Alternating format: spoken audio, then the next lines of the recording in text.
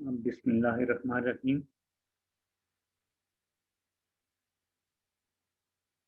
आज हम first year की इंग्लिश का चैप्टर नंबर 1 शुरू करने लगे हैं।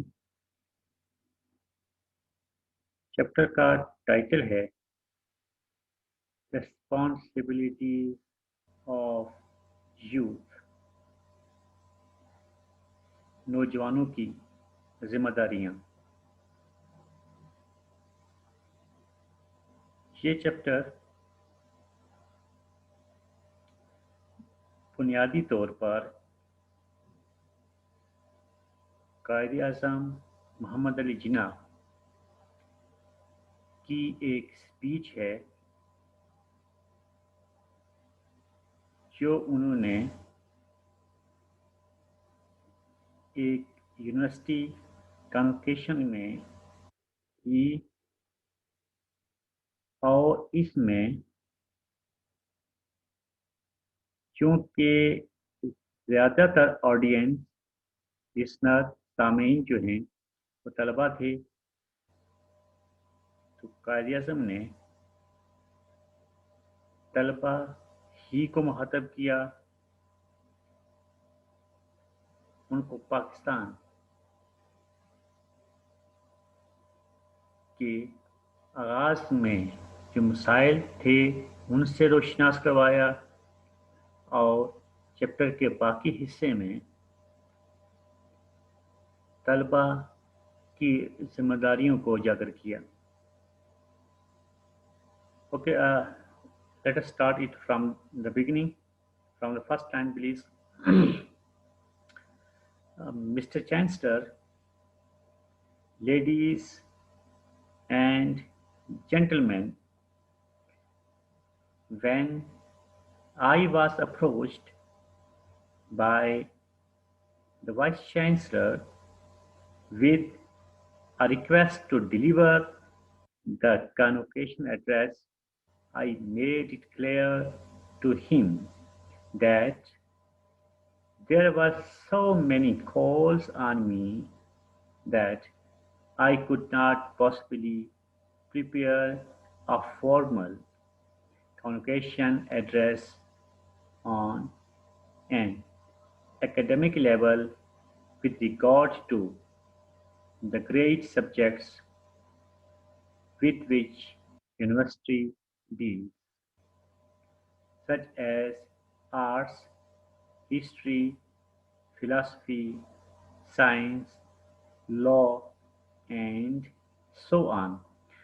I did, however, promise to say a few words to the students on this occasion, and it is in fulfillment of that promise that I will address you now.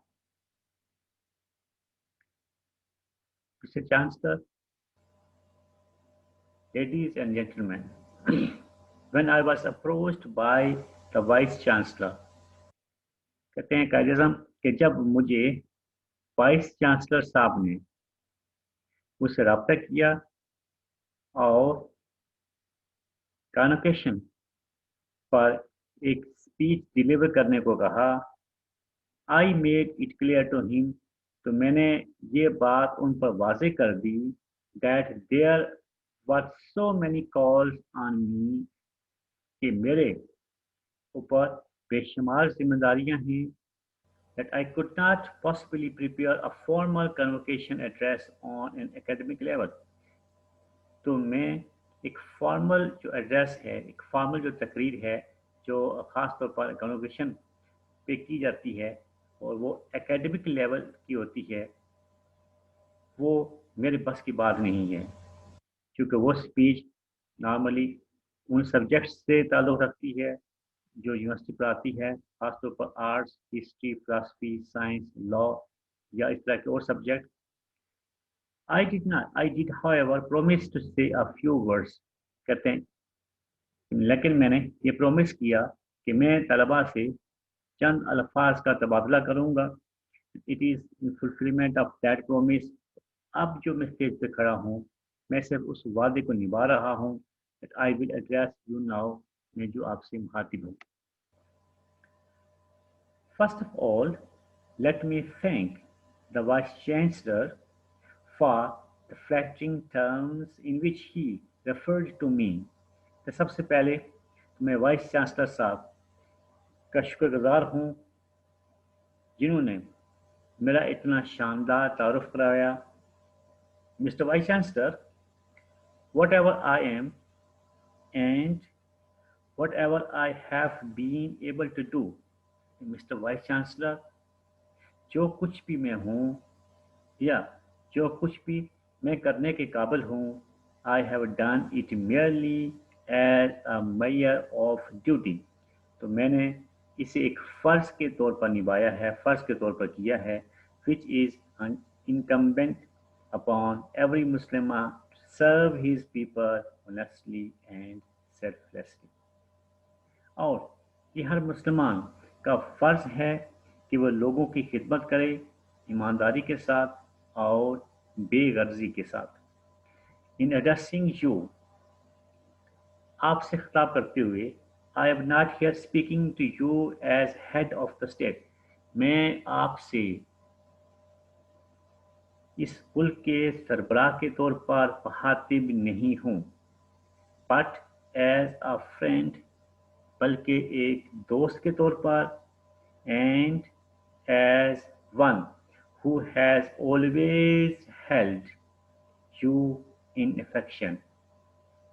ایک ایسے دوست کے طور پر جو ہمیشہ آپ کو بہت عزیز رکھتا ہے. Many of you have today got your diplomas and degrees, and آپ میں سے بہت سارے لوگ آج اپنا ڈپلوما یا ڈگری کمپلیٹ کر چکے ہیں.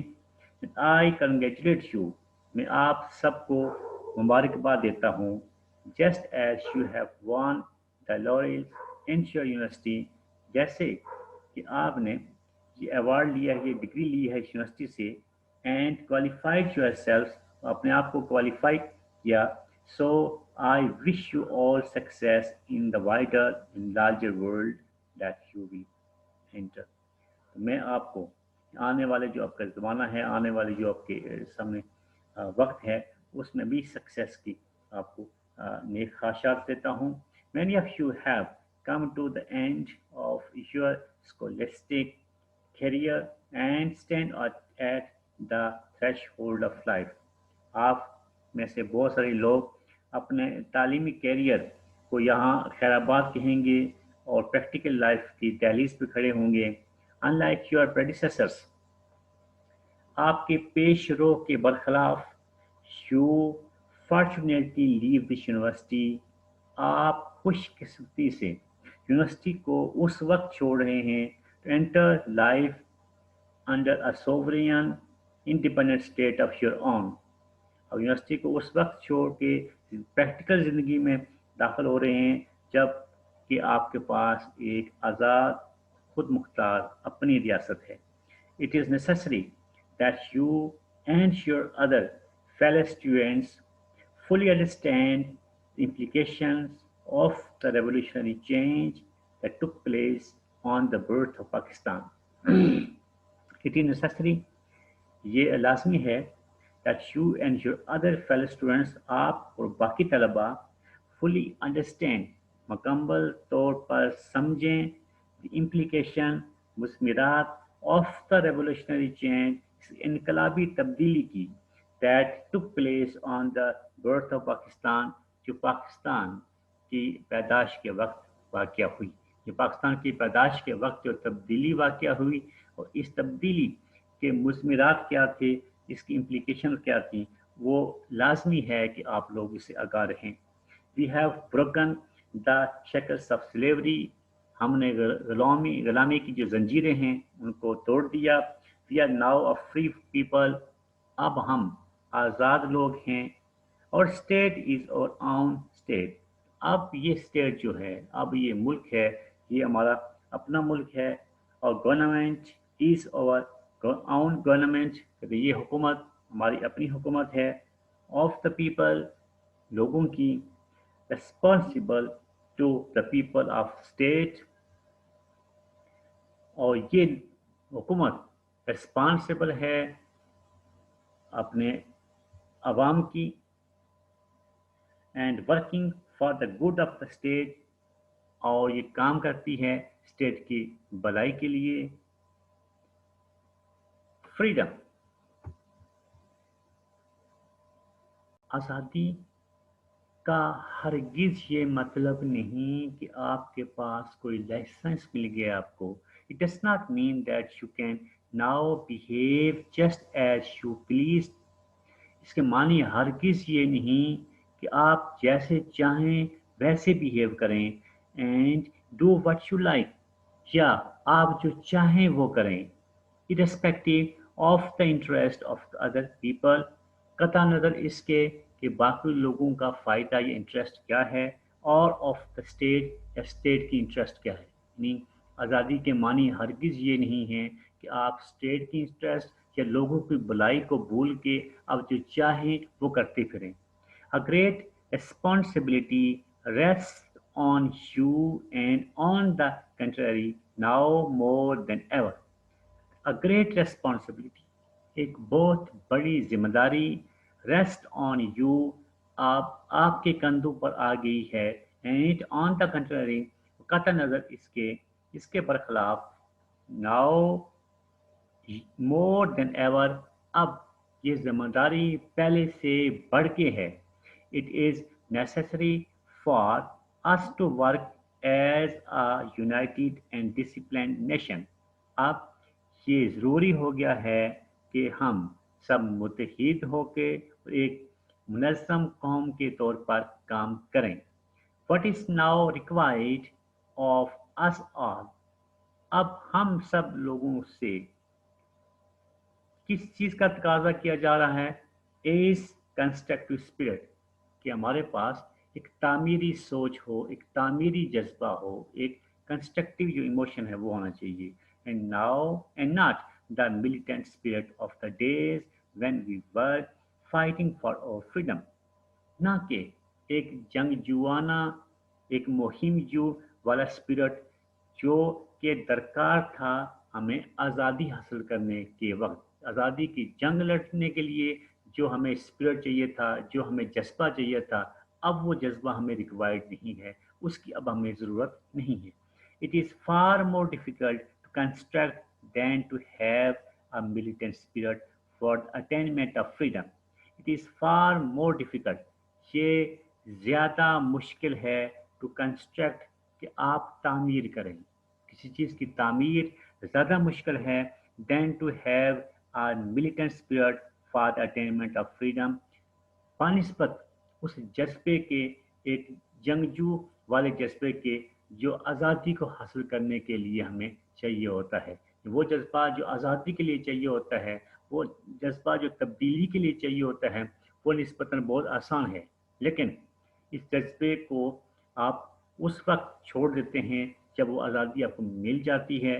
अब आपने उस आज़ादी को पॉजिटिव यूज़ करना है, अपनी तमाम पावर्स को कंस्ट्रक्टिव यूज़ करना है, इस मुल्क की तामीर में इन्वेस्ट करना है, ताकि मुल्क जो है आपका वो आगे बढ़े।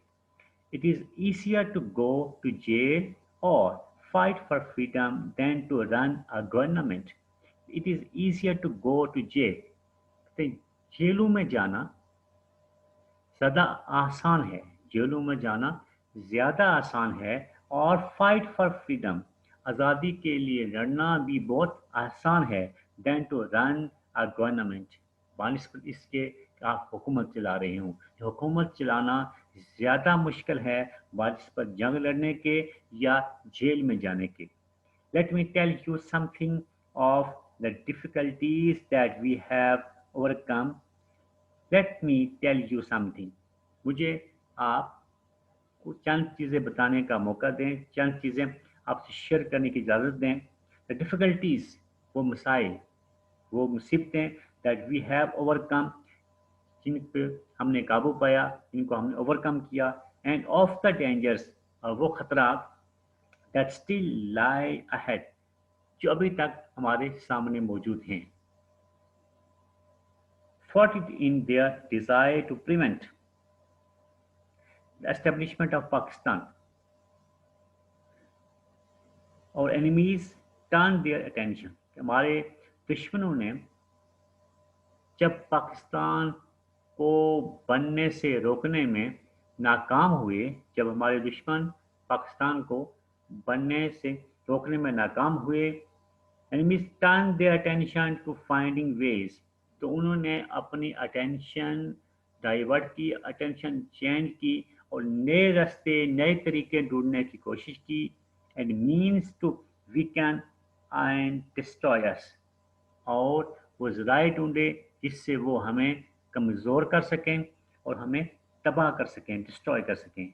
दस first hardly had the new state come into being, कहते बड़ी मुश्किल से अभी नई स्टेट बनी ही थी, when came the Punjab and Delhi Holocaust, जब पंजाब और दिल्ली का हॉलोकॉस्ट जो है, कत्ले आम जो है, वो हुआ था. ये लफ्ज़ जो हॉलोकॉस्ट है, यकीन आपने पहले कई दफ़ा सुना होगा. इसका इस लफ्ज़ का ताल्लुक जो है, जो बहुत मशहूर जो हॉलोकॉस्ट थी, वो ज्यूस की है, शायद आपको आइडिया हो. और ज्यूस की जो हॉलोकॉस्ट था, जो कत्ल उसको ज्यूस को जो कत्ल किया गया था बड़े पैमाने पर जंग आज़िम दुवम में, वो हिटलर ने किया था. और ये वर्ड जो वही है, कत्ल गरत हॉलोकॉस्ट वाला. तो इसमें आपको याद होगा कि पाकिस्तान जब आज़ाद हुआ, तो उस वक्त जो महाजरीन जो थे, कुछ महाजरीन पाकिस्तान से इंडिया की तरफ गए और यकीनन बेशुमार लोग इंडिया से पाकिस्तान की तरफ मूव करके आए. तो इस मूवमेंट के दौरान, इस हिजरत के दौरान बेशुमार लोगों को कत्ल किया गया. तो उसी का जिक्र काजरा में किया है कि पंजाब और दिल्ली में बेशुमार लोगों का कत्ल हुआ. अभी स्टेट जो ही बनी थी उसी वक्त शुरू हो गया था. थाउजेंड्स ऑफ मेन, हज़ारों के हिसाब से मर्द, वीमेन, ख़वातीन, एंड चिल्ड्रन और बच्चे, वर mercilessly butchered and millions were uprooted from their homes. हज़ारों के हिसाब से मर्द, ख़वातीन और बच्चे बेरहमी से कत्ल हुए, and millions were uprooted from their homes, और हज़ारों के हिसाब से लोग बेघर हो गए. और 50 lakhs of these arrived in the Punjab. the 50 lakh महाजरीन Punjab में आए within a matter of weeks, चंद हफ्तों में 50 लाख के लगभग महाजरीन हिंदुस्तान से हिजरत करके सिर्फ पंजाब के अंदर आए. The care and rehabilitation of these unfortunate refugees, इनका जो केयर करना था और इनकी जो आबादकारी का मसला था, ख़ासतौर पर ये जो महाजरीन ये इंडिया से आए थे, stricken in body and in soul, और ये ज़ख्मी थे जिस्मानी लिहाज से भी और रूहानी लिहाज से भी. प्रेजेंटेड प्रॉब्लम्स, यकीनन जब वो लोग यहाँ पे आए तो उसकी वजह से इस मुल्क को बहुत सारी मसाइल का सामना करना पड़ा, which might well have destroyed many a well establish state. यकीनी तौर पर कोई अगर वेल एस्टेब्लिश्ड स्टेट भी होती तो शायद इन मसाइल के आगे घुटने टेक देती, तबाह हो जाती.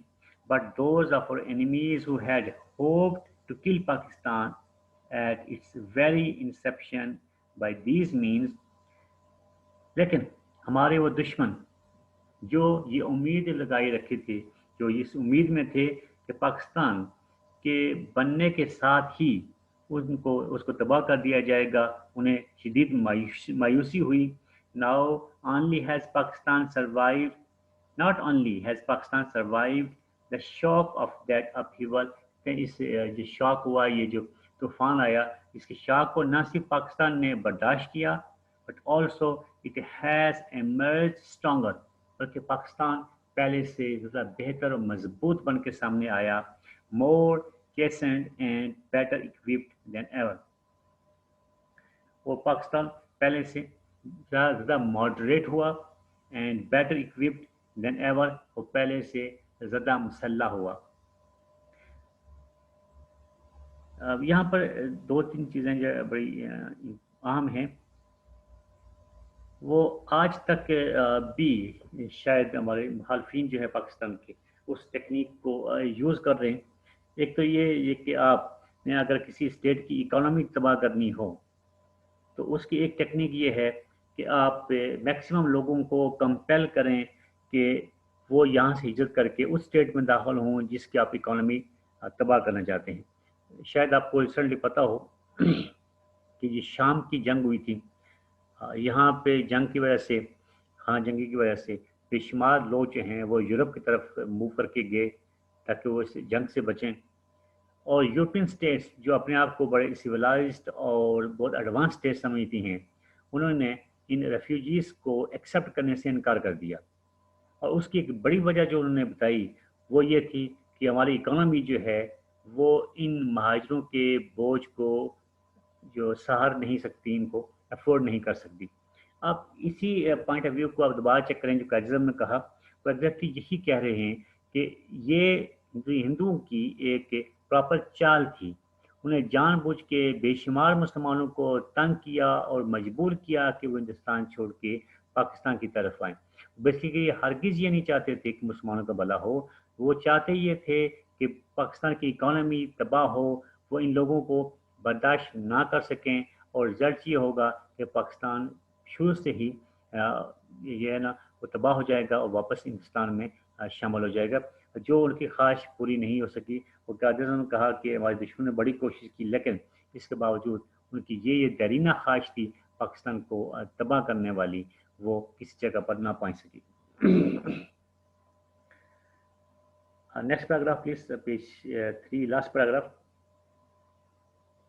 There followed in rapid succession other difficulties، کہتے ان مسائل کے ساتھ ساتھ بے شمار اور مسائل بھی ایک اجتماعی شکل میں آتے گئے، ان کے ساتھ ساتھ بے شمار مسائل جو ہے وہ ہجوم کی شکل میں آتے گئے، such as withholding by India of our cash balances۔